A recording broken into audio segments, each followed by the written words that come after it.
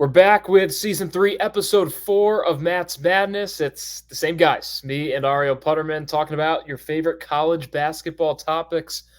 And today we have a fun one in store for you. We're going to be talking about the coaching changes that happened this offseason. As always, a lot of different coaches making their way into new schools, into new conferences. So a ton of things to talk about here. We're going to give you 3 winners each, 3 losers each, throughout the coaching changes this offseason. Then we're going to play a little game at the end where we play guess the coach. I'm going to have Ariel try to guess a coach based off a few stats and facts, and he's going to do the same to me. But without further ado, let's get into these winners and losers. Give me one of your winners this offseason. Yeah, and just to be clear, this is about coaching changes. So we saw a lot of different coaching changes this past season. Some were good, some were bad, kind of like we'll get into. But I'll start with one good one, and that's Mark Madsen, the former Utah Valley coach, now the current Cal coach. What he did at Utah Valley is very impressive. It's not exactly the best coaching job. And the last 2 seasons, 20 wins. Last season, the winner of the Western Athletic or the WAC conference with that 15-3 record. So he's a really great coach. We've seen what he's been able to do. Now he's going to be at Cal. He did a great job in the portal already. And I think with more resources and at a better conference, he's going to really shine at Cal. So great acquisition by Cal and great job by the athletic department to pry him away. Yeah, I'll admit that Mark Madsen is certainly on my short list of winners, and Cal and getting Mark Madsen. I mean, not only that are they getting a coach that put up great numbers with Utah Valley, but he's bringing in a player who put up great numbers at Utah Valley. Fardaws Imac, who spent the year at Texas Tech, coming over with Mark Madsen. I mean, that's just terrific that he gets to bring one of his former great players and pair him up at Cal. I know I wrote about Cal. We've talked about this in the past. They're both of our sleeper teams, a sleeper team for both of us this year. The Golden Bears only won 3 games last season, but they have a roster on paper where they could make an NCAA tournament run. I firmly believe that. So great pick there, Ariel. I'm going to go with an even better pickup, though. That's Georgetown, bringing in Ed Cooley. I think this is a win for both sides. It's a win for Georgetown because it was time. It was time to get rid of Patrick Ewing. It's tough. You never know when the best time is, and I truly think that there is no good time when you have a coach who was one of your best players, if not the best player in program history. It's just tough to let him go. But everyone knew that after another real bad season at Georgetown, I mean, you really can't lighten it any more than the fact that Patrick Ewing sucked at Georgetown the past 2 years. He might have done a lot as a player. He couldn't do anything right as a coach besides the 1 year they made the Big East tournament run. Ed Cooley's done a lot for Providence. This is a Friars program that has been all right in the past, but really the best stretch of Friars basketball, I'd argue, in the history of Providence's program, and that's because of Ed Cooley. So to bring in his intensity, just the way he coaches, he's a good recruiter, but he also gets guys that'll stay 3-4 years and he develops them. And I think this is a very good thing for Georgetown. I think they're going to be patient with him because they were patient with Patrick Ewing, so there's no reason they shouldn't be patient with Ed Cooley. I don't think it's going to be a turnaround in year 1, but Ed Cooley's been known to make moves in the transfer portal at Providence. He's been known to get guys better over the years. So I think you're going to see the same sort of thing with Georgetown. Maybe they don't make the NCAA tournament this year. Maybe they don't next year. I have a good feeling they will next year, but I think at least by year 3, we're going to see Georgetown at least back to being competent in the Big East, and great hire by getting Ed Cooley. Yeah, I mean, that program just cares so much about basketball, their fans, just everyone involved. So when you kind of lose that spark a little bit, you know something has to change. And I think they did a really good job of reigniting that. I think another team who did a great job of reigniting that spark that may have lost a little bit in the last 2 years is Wichita State when they hired Paul Mills from Oral Roberts. I know it's not like a very trendy, it's not a Power 5, Power 6 coaching, but I think they did a great job with this. I mean, Oral Roberts hadn't made the tournament since 2008 before Paul Mills came. Then all of a sudden we see them in the Sweet 16. They normalized 15, 16 seeds making it out of the first game when before it was almost impossible for 1 or 2 seed to lose. And then now we we see it every year. Last year they went 30-5. They went undefeated in conference play, which is really hard to do no matter what conference you're in. So I think that's proved how great of a coach is. It's not like he's getting these 5 stars. He's not getting these top transfers. He's doing a good job of bringing in guys, developing them, and making them want to stay, which is so hard these days.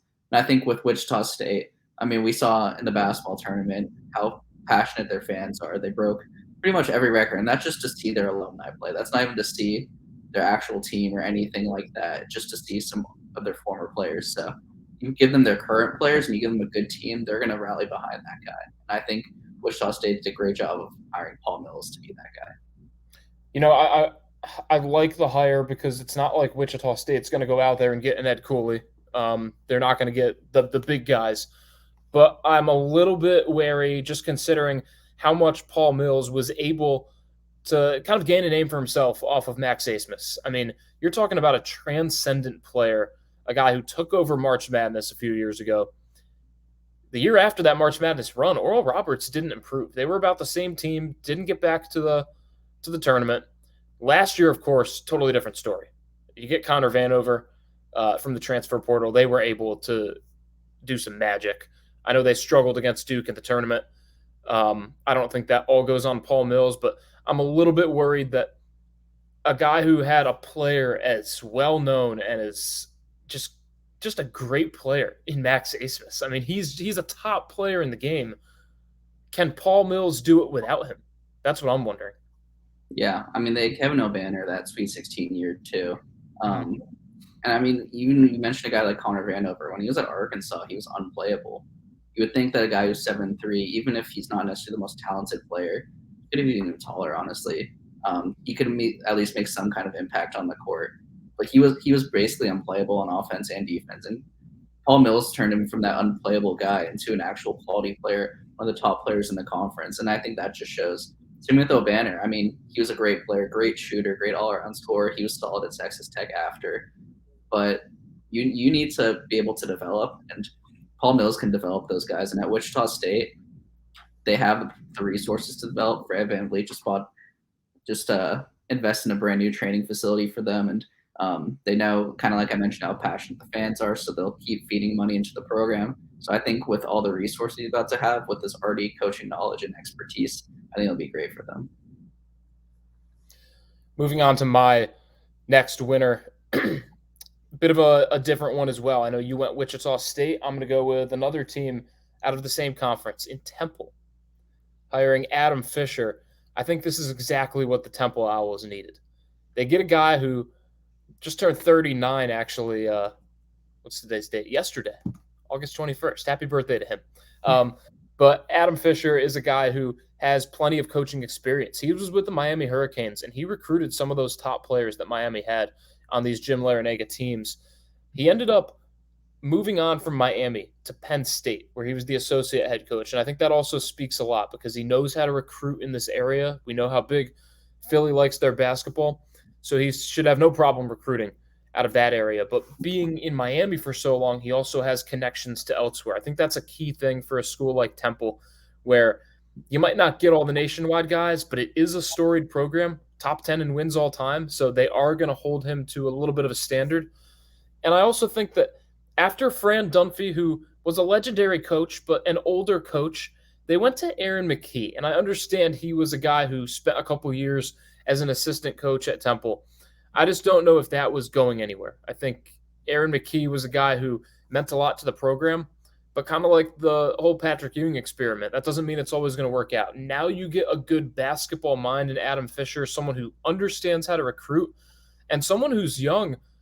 But even though he's 39, he's been coaching since 2007. So this has been a part of his life. He has tons of experience, but he can also kind of build this Temple program up. And if it works out, he could be a guy that stays there for a while and brings them back to, I don't want to say their glory days, but I think most people would say that college basketball isn't necessarily better when Temple is good, because I don't think Temple needs to be good for college basketball to be good. They don't hold that much weight. But it's at least cool when Temple's playing good, because they have enough of a history where when Temple's winning games, it makes it fun, especially for their conference.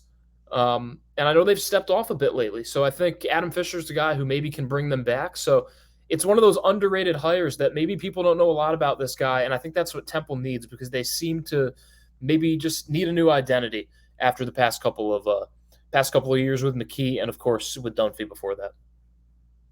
Yeah, Temple's a hard place to recruit because you're competing against Villanova and Penn State, just two great, and of course Pittsburgh, just three Power Six schools in the same state, and that's not even including the rest of the East Coast. So it'll be really interesting to see how he's able to.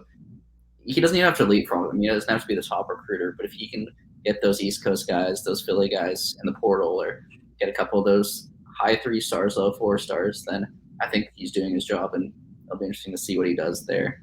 Yeah. My third winner is going to be a little bit of a Big 12 pick. I figured you would pick Rick Pitino. If you didn't, then he's one of my honorable mentions. But I'm going to go with Coach Grant McCasland, going from North Texas to Texas Tech, staying As a in the winner? as a winner. Interesting. I'm going to read his career, winning and losing at each school he did. So he started Midland College. His worst season in 5 years was 26-10.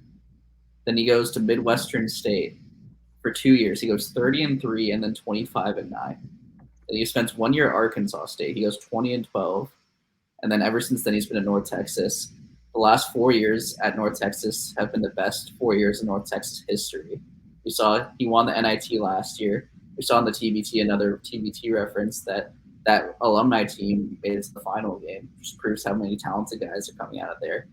Now you go to Lubbock, which same situation as Wichita State on steroids, where extremely passionate fan base, but a lot more money. You have the whole state of Texas to recruit, and we've seen a lot of great players come out of Texas Tech. I think this guy wins wherever he goes. It's pretty clear based on kind of what I just said, and I think bringing that to Texas Tech is going to help a lot. This year it was kind of tricky because you kind of jump in a little bit later. A lot of those top recruits already taken, and then the portal is just a whole mess right now. But I think he's really going to turn this. I wouldn't say turn this program around because they've been so successful. We saw how good Chris Beard was with them, and then Mark Adams was. It's going to be a little bit of a gray area in the history books, but I think bringing him in just with his winning record, his winning mentality, I think it's going to keep Texas Tech relevant for a really long time. I'll be honest. If they can hold on to him for the next 10 years, then I think that'll be a huge one in their book. I don't think that's a good pick. I'll be honest. I don't think he's a winner. I think that Grant McCasland might be a winner with some of the programs he had, but I think for Texas Tech, it's actually a step down. I mean, you're getting a guy that hasn't proven he can coach in Power Six basketball, and you're a Texas Tech program that really was nothing. You had the Bobby Knight stretch for a little bit. That didn't go out great. And since then, Texas Tech was nothing. They got better. Obviously, some issues with coaching there with Chris Beard and everything. Mark Adams did a good job. Now you go down a level with Grant McCasland. You think they're improving with him? Yeah, absolutely. I think not playing a Power Six conference coach doesn't necessarily mean you're a bad coach. You know who else had no Power Six coaching experience before they joined Texas Tech? Chris Beard. And he completely turned that program around. He was about to turn Texas back into a winning program before all that stuff happened. But I think he's had more than enough years of proving that he's a great coach. And I mean, the CUSA is like basically a power conference the last few years. They've been better than the Pac-12. Oh, come on. And I know the Big 12 is the best conference in college basketball. I think they're going to take a little bit of a step down. They'll have a little bit of those easier games with these. I'm not letting that slip. The Conference USA has been a power conference over the past couple of years. I mean, if you go head to head against the Pac-12, I think they come out on top. I mean, UCLA. What team in Conference USA is beating UCLA? What team is beating Oregon? I mean, FAU made the Final Four last year. Fair. Obviously, they're not one example. That's like saying the MAAC is better than the Pac-12 because St. Peter's made the Final Four or made the Elite Eight. Okay, fair enough, but we've seen how good. What I'm saying is, it's not like the CUSA is some lower conference, and he's been just destroying, kind of like a Paul Mills situation. Paul Mills isn't going to Power Six though, but he's been at one of those top conferences, a really consistent conference, a lot of great teams in it. He's had success in the tournament. He's had success wherever he's gone, and I think he's going to continue to have success, even though he hasn't necessarily coached in the Power Six. Hey, look, I'm not rooting against him. It's one of those things where I need to see it before I believe it. I can't declare him a winner until I see it. And look, if he starts winning in day one, then at least you can call that you called it. So uh, that's a bold pick. I have one more winner to mention, and I'm going to the Big Ten with Mike Rhodes and Penn State. Kind of the same reason that I went with, or I didn't go with him, but I talked about Mark Madsen and how he was able to bring over Fardaw's iMac to come to Cal. Mike Rhodes doing the same thing with Ace Baldwin. And I think that's a big thing in year one when you move over to, especially a conference like the Big Ten. You're able to bring a guy that you've had success with over the years. Ace Baldwin's been the star of this VCU team for the past couple of seasons. Now he gets to start over with Penn State. I will say the rest of the roster doesn't look super intriguing. I think Penn State's going to be teetering toward the bottom half of the middle of the pack. They're not a terrible team in the Big Ten. I don't know if they'll finish higher than seventh or eighth at best this year, because there's a lot of talent in the Big Ten, and I don't know. It might not be this year. But you look at Mike Rhodes, and he's a guy that was just a straight up winner at VCU. I mean, he was there for 6 seasons. Making the NCAA tournament seemed to be tough, but that's kind of a joke because it wasn't his fault. They obviously got put in that COVID situation the one year and couldn't play because of that. So they really had a pretty good track record of making it to the NCAA tournament. The year that the tournament got shut down, they were ranked 20th in the AP poll at their highest ranking. Now, they ended up going 18-13 that year. So I will say that Mike Rhodes, while he can bring the team to a high level, it's that consistency of making sure VCU's there. Last year, they started out, you weren't sure, and then they all of a sudden get on this big winning streak. Then you are sure about VCU. Like going into the year, you weren't sure, then you were sure. But Mike Rhodes, a guy that we've had on this show before, on our podcast network before. He is a great basketball mind. He's still, young as coaching goes. I mean, the guy still could have time at Penn State, and it's a low pressure situation. Like Penn State has had 1 or 2 good years recently. They're a football school. I don't think they're, I'm trying to think of they're not like an Oregon that's a football school, but definitely has had a big basketball program. Like Penn State is 90% a football school still. They just so happen to have a guy in Jalen Pickett that could take them pretty far last year. They don't have that necessarily this year, but I like the foundation that Mike Rhodes could be able to build because he did it at VCU. I just have to call you out for being a little double-sided here because you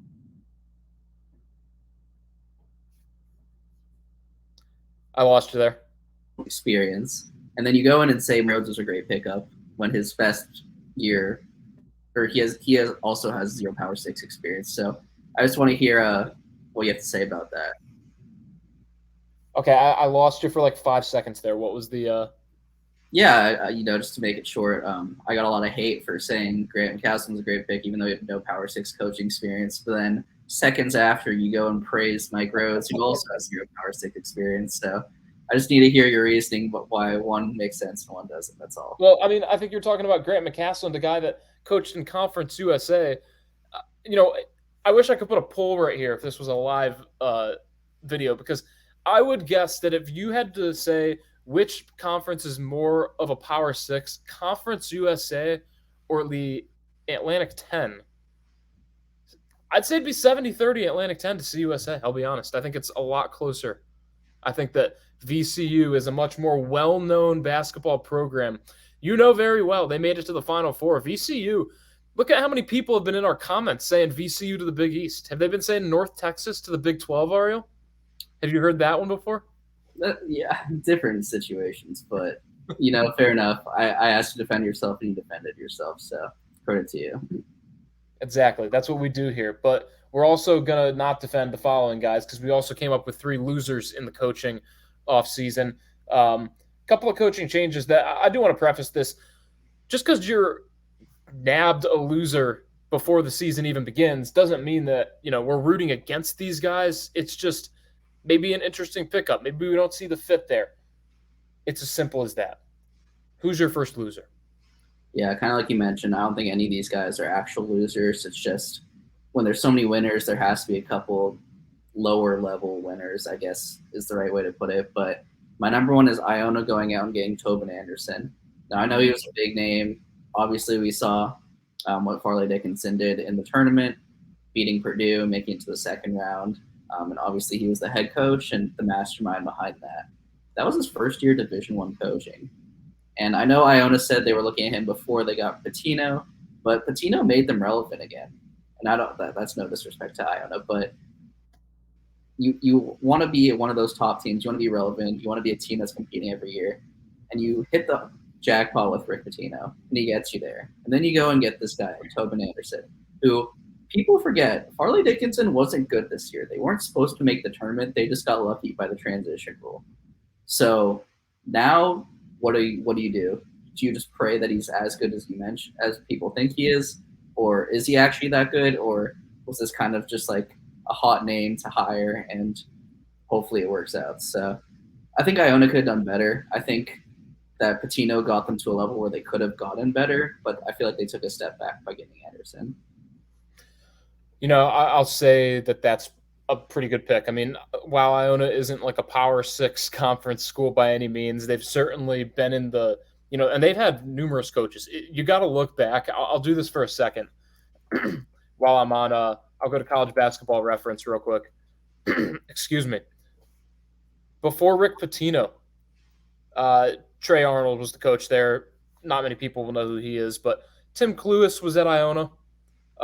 He was well known because Iona made the NCAA tournament a lot with Tim Cluess. They were yearly getting in. Before him, the head coach was Kevin Willard, who obviously went on to coach Seton Hall, now at Maryland. Tim Welsh, another guy who had a pretty successful coaching career. Pat Kennedy, back in the day, was a coach at Iona, and so was Jim Valvano. So a long list of names at a school like Iona that isn't a big name school. Certainly impressive. Who knows? Is Tobin Anderson the guy? I'll side with you, though. While he's not one of my losers, yeah, it's an interesting pick. A guy that has coached college basketball for 1 year and, at the D1 level and pretty much had one good game plan. I mean, like two good game plans. That's what he had. Yeah. I'll move on to my first loser. Back to Penn State. A guy that left Penn State. He's now the head coach of Notre Dame. His name is Micah Shrewsbury.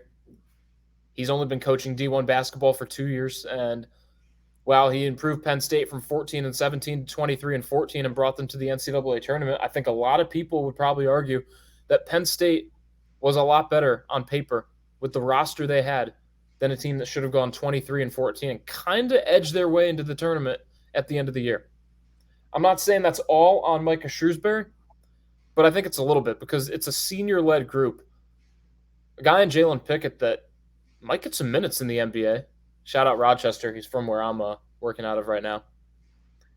And I don't know if Shrewsbury got the most out of this Penn State team. I'm not sure if he's the guy for Notre Dame. Notre Dame, like Penn State, is a football school first.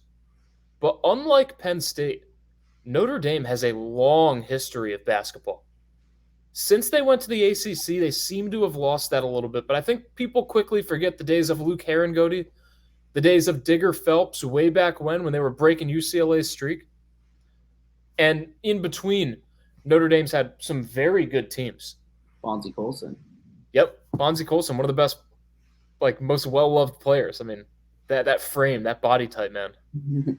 Shout out to him for putting it all into the basketball court. I don't know if it's going to work out for Micah Shrewsbury. I think it's just one of those situations where we haven't seen a lot of him and his true abilities as a head coach. When it comes down to it, his overall record in 2 years is 37-31. That's pretty mid, as the cool kids say, for a guy entering year one at Notre Dame. Matt, I'm so happy you made that point because my person is a very similar situation. It's not Micah, but it's a Big East coach going from George Mason to Providence, and that's Kim English. And I just don't get it. People love Kim English. They loved him in his first year at George Mason. They loved him even more last year, and now everyone's talking about how great of a hire he is. His first year, so this is the second year coaching. Third year.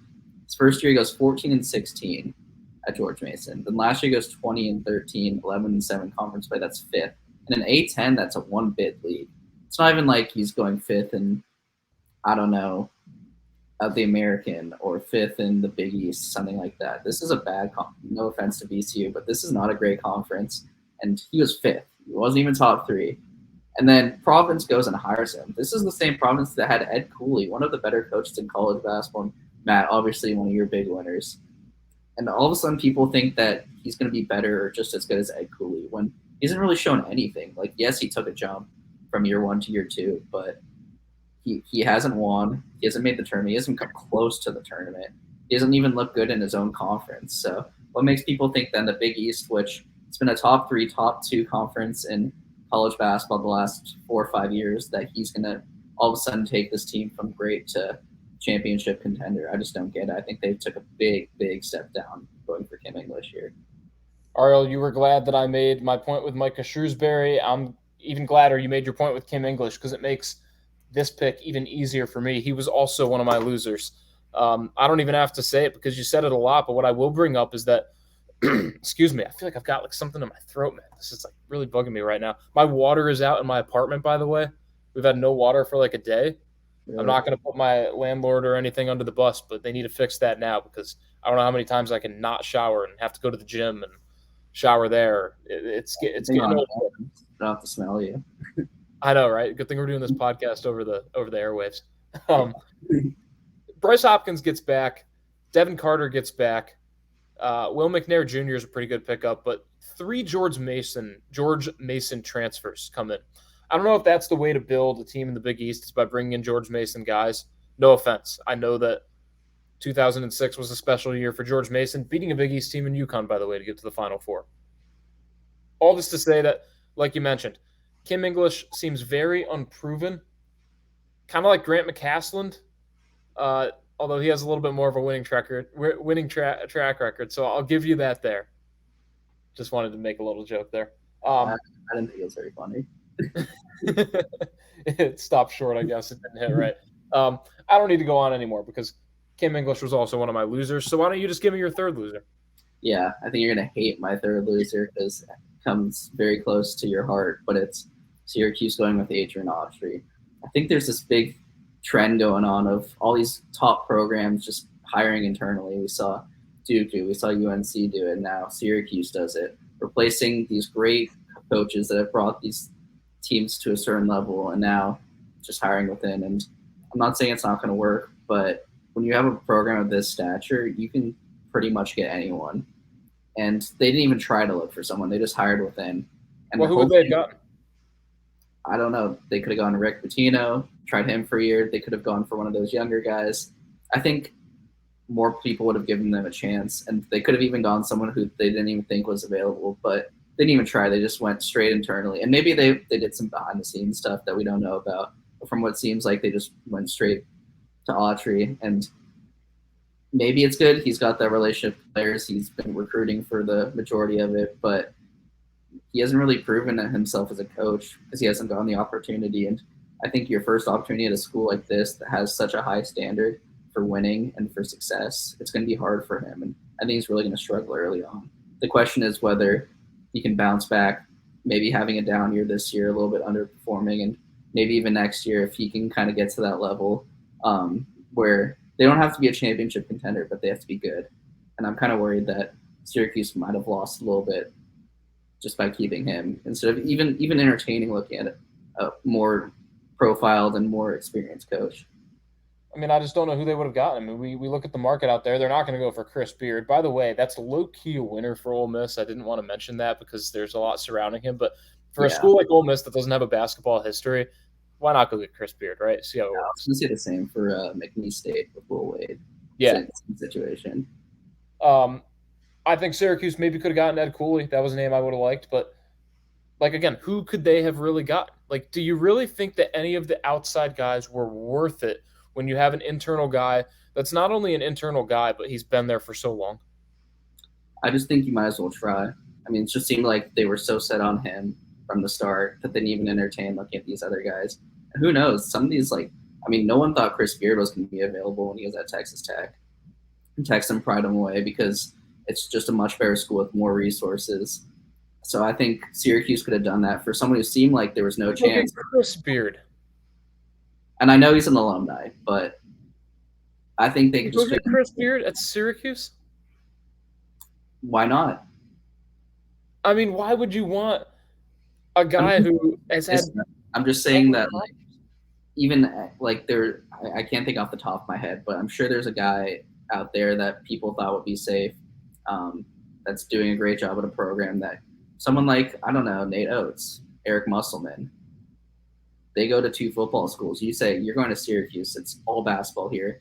We can still put a ton of money into the program. You're going to get all the East Coast recruits, make the move. I think they think about it. I don't know if they necessarily do it, but they can consider it. But you don't even give them that option, and you go for Autry instead. And that's kind of what bugs me with this pick. Yeah, Nate Oates was a guy who was at Buffalo, so he Exactly. definitely knows the area.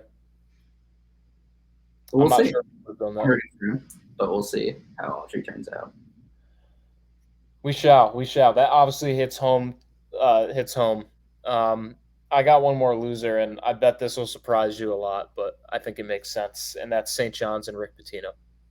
Interesting. Rick Pitino turned 71 years old. You talk about Jim Boeheim being an old coach, talking about Syracuse in his mid to late 70s. But at least he was there for however many years. Like, you weren't going to really kick him out until you had to kick him out, and he kind of retired, and that was weird. Rick Pitino is 71. If you're St. John's, what, like, are you just like, hey, come in for 5 years, let's try to go win some games, and then I don't really care what happens next? Like, what's the goal here? Yeah, Is the I think goal you to nailed try it. to get a new coach? Yeah, I think it's basically what he did at Iona is just get this program back to relevancy, get them to a stage where they can get a decent enough coach because they've been winning the last couple of years and there's actual interest in the program again, and then he can retire. I think that's the Okay. only plan they had. But maybe I'm wrong, but that's just kind of my thought process when they made the move. So then let me ask you this. Texas Tech hired Bobby Knight back in the day, probably thinking the same thing. Did that work for them? Yep, that's a great point. I'm sure there's other. I'm only bringing up one argument there, and that's a very tough argument to make, tough connection to make. Like I've got to have more arguments than that. So I'll admit that that's on me for not coming up with more points, but it kind of still applies. And you're in the Big East, where the Big East isn't a conference where you can really sustain something without having something that's there for a long time. It took Kevin Willard about 6 years to get going at Seton Hall. Uh, I don't want to talk Jay Wright because he was kind of part of that old Big East when he got there. He was there for a while. It took Danny Hurley less time than Willard, but they weren't national champions his first year. Like it took UConn a year or two to get in. It's, Um, it's another yeah, example. that's a tough one too because Hurley and UConn, their program is so historic. It's a little bit easier to get it coming up quicker. Um, Shaka Smart's done good at Marquette, but again, all these guys are younger, middle-aged coaches. Rick Pitino's 71. He won the transfer portal, so I'll give him that. We'll see if they all click. I think it's a good hire if your window is, hey, we're only looking at the next 3 years. We don't care about the future. I think when you care about the future, who knows who's going to be out there in 5 years when Rick Pitino calls it quits? Who knows who's going to be next? What are you going to do? When he retires, you're just going to bring in Tom Izzo for 3 years, and then you're going to bring in Bruce Pearl for 4 years, and then I don't know who's going to be 60 by then, 65. Is that what the plan is here at St. John's? Because that's what it seems like. Mike Anderson was no spring chicken either. Yeah, that's a great point. And it'll be interesting to see how this whole Rick Pitino experiment goes. But St. John, I'm sure St. John fans are happy thinking about now, not the long term. Look, St. John's will have a good chance of winning some games this year. I think they might be able to make an NCAA tournament run. I don't want to act like Rick Pitino's not this great coach. He's a legendary coach. He's a Hall of Fame coach. It just doesn't make sense in the grand scheme of things. We'll move on. We'll go to guess the coach. This is a fun thing we've added. Like we mentioned at the beginning of the show, we both came up with total years coached, years with their current team, record last year, a fact, the conference, whatever. We'll keep going on and on until they guess it. What do we say? We get like a guess each time so you can guess it quicker. I Yeah, I guess so. Let's do it that way. All right. Do you want me to give you my first clue for my secret coach? Yeah, let's do it like that. All righty. This coach has been coaching Division One college basketball for 17 years. He's entering his 18th year. All right, that helps 0%. All Do you right, have any guess? zero, literally zero. All right, so for my coach, he's coached 27 years. This will be his 28th year as the coach.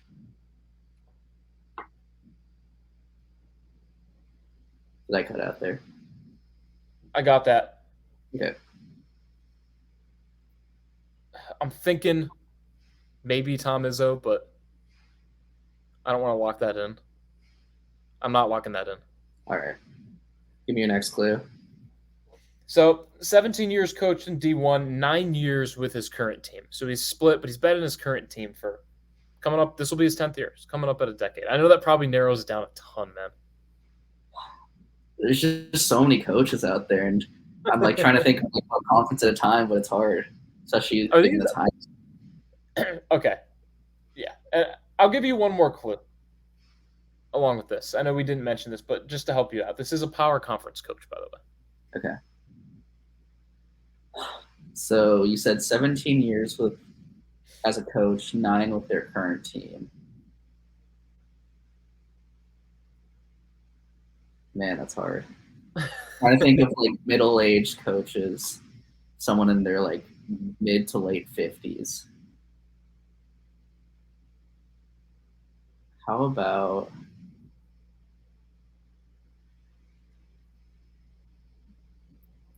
thinking like Brad Underwood, but I don't think he's been around for that long. So I'm gonna pass for now. Yeah, yeah. Don't lock that in, but I like your thought process so far. All right, all right. Alrighty. No. Okay, so 27 years as a coach. This will be his 13th, or last year was his 13th with his current team. So he's going to his 14th. Okay. 14th year. Wow, that's a lot of years coached. I know it's not Tom Izzo now. Part of me wants to say Bill Self, but no, it's not Bill Self. He's been at Kansas longer than that.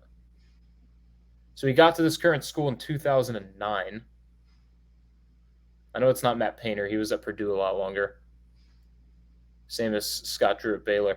I'll keep thinking on that. I don't have a guess yet for you. This is tougher than it seems. It's so much harder than it looks. I'm sure people at home are like, it's this person. It's so obvious, but it's breaking my brain. Is it a power conference coach, by the way? It is, yeah. Okay, okay.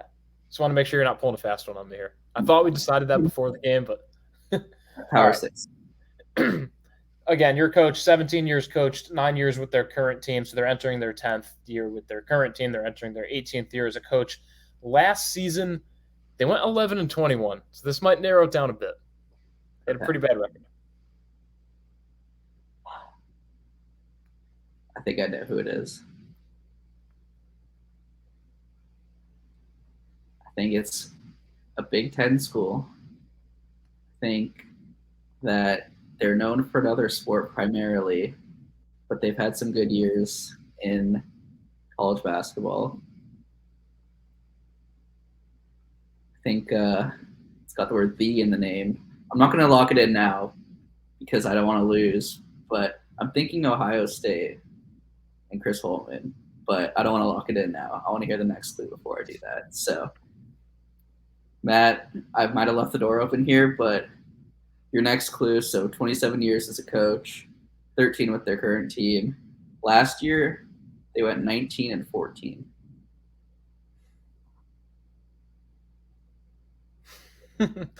This is so difficult because Yeah, I try to pick one of a very like average record. Let's not give it away. it's so difficult because I'm going between coach to coach, and I really don't know. But 27 years is a long time coach, so it's a coach that's been around a while. They had to be pretty last year. I think I know who this coach is. I'm gonna lock it in. All No, I'm gonna lock it in. right. All right. Is it Fran McCaffrey? You are correct. Oh, Nice job. let's go. That's awesome. That's awesome. I've had to think for a while, but I mean, I was like, who else could it be? That's a good pick. All right, you still have. I can't wait to give this clue out, and then I think it'll help after that. All All right, right. he has coached 17 years, going into his 18th. He's coached 9 years with his current team, going into his 10th. They went 11-21 last year. In 2014, this coach was named the sexiest man in college basketball by CollegeInsider.com. Wow. I'm not really looking at the coaches like that, so I need to rack my brain a little bit. I'm just trying to go conference by conference. I know no Big 12 teams were that bad last year, so that knocks out the whole Big 12. I don't think any Pac-12 team besides Cal and Oregon State were that bad. And I don't think Wayne Tinkle won sexiest man in college basketball. So that leaves the Big East. Could be Georgetown, but there's no coach there anymore. Could be DePaul. I don't think it's DePaul. You don't think it's DePaul? No. All right, do you need me? Are you taking a guess or no? Very obvious, and I'm just drawing a blank right now. All right, give me the conference. What's up? Give me the conference. Um, hold on. Let me get something ready here. Oops, didn't mean to do that. That's awkward for our viewers. I want to try to put the picture of this coach in, since you didn't think he would have won the sexiest man in college basketball. He's out of the Pac-12, Ariel. He's in the Pac-12. He is in the Pac-12. So you were on the right track there for a Huh. moment. He went 11, and they've been there 9 years. All right, let's go. Let's go down the list. We got UCLA, not it. We got USC, not it. Arizona, no. Oregon, no. Colorado, no. Arizona State, no. So that leaves Washington State. I don't think they only won 11 games. That leaves Cal. They lost too many games. Stanford. Could be Stanford. I don't think he's been there for 9 years, though. Is it Oregon State? Is it Tinkle? It is Wayne Tinkle. Wow. Good for him. Good for him. I'm shocked he's still coaching these days. I mean, if it wasn't for that COVID run, then I think you've been gone a while ago. But, shout out to him. And a great pick by you, Matt.